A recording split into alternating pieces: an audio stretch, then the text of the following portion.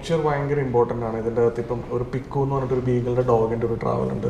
പിന്നെ വേറെയും 1-2 ഈ അനിമൽസ്, ഐ മീൻ ഒരു ബീ, അതുപോലെ തന്നെ ഒരു റാറ്റ്, അങ്ങനെയൊക്കെ കുറച്ച് കാര്യങ്ങളുണ്ട്. അത് നമുക്ക് റിവീൽ ചെയ്യാൻ പറ്റില്ല, ഒത്തിരി റിവീൽ ചെയ്യാൻ പറ്റില്ല. പക്ഷേ ഇതെല്ലാം they are all Inter connected. ഈ സബ്ജക്റ്റുമായിട്ട് ഇന്റർ കണക്റ്റഡ് ആണ് ഇതെല്ലാം.